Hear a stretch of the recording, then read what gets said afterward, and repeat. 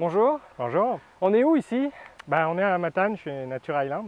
Ok, et puis dans ton champ, c'est ça?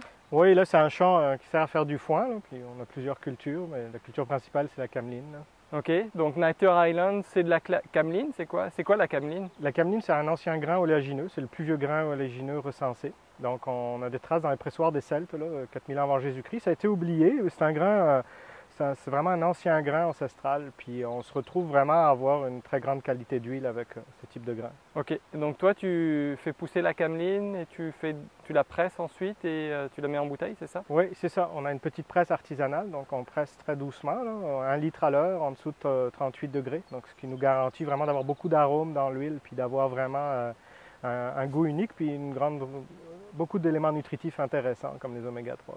Ok, puis donc ça fait combien d'années que tu fais de la cameline? Le cameline, ça fait 2 ans là, qu'on en fait de manière intensive. Puis, intensive, tout est relatif. Là. Mais on a des essais là, depuis 3-4 ans déjà. Là. Et au début c'était commercialisé avec Société Orignal?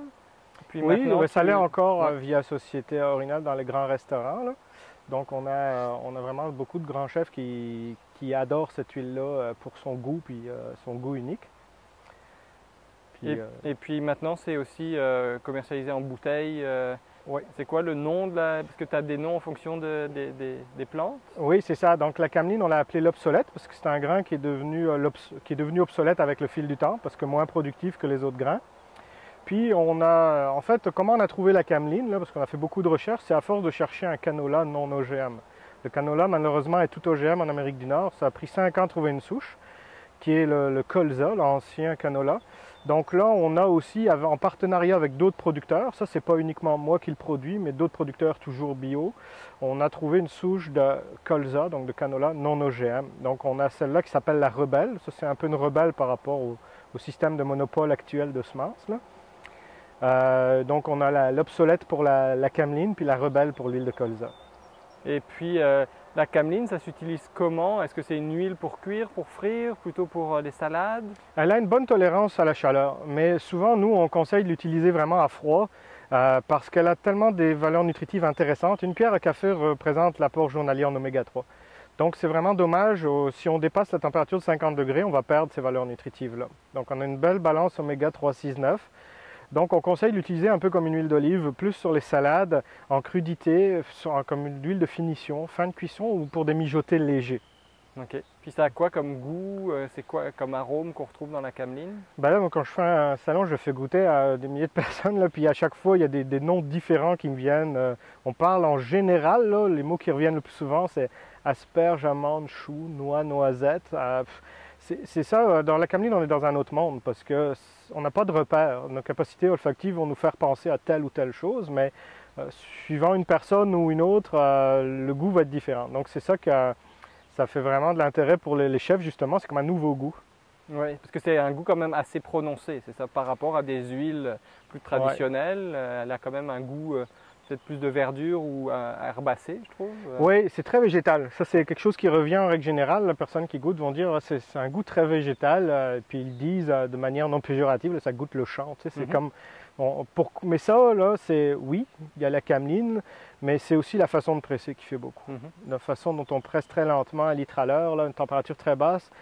Parce que même le colza, là, on arrive à sortir un goût quand même assez prononcé. Puis le but, c'est de faire des huiles de haute qualité avec de ressentir les vrais goûts. C'est comme, on veut retrouver dans l'huile le goût qu'on a quand on croque la graine dans le champ. En fait. Et puis, au niveau de la culture ici, est-ce que tu fais des rotations? Tu fais pousser d'autres plantes sur tes champs pour faire une rotation? Oui, disons on est vraiment une ferme expérimentale. Là. Donc, comme cette année, on a dans les champs, on a du sarrasin. On fait beaucoup de sarrasin aussi.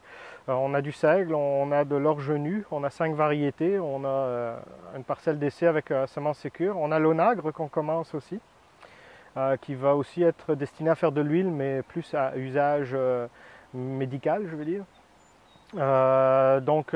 Ensuite de ça, on a de l'avoine aussi. On fait beaucoup de céréales différentes. Comme ici, c'est un champ de foin là, qui sert vraiment pour la nourriture des animaux. Là. Ok. Les gens qui viendraient visiter, est-ce qu'ils peuvent acheter ici directement à la ferme?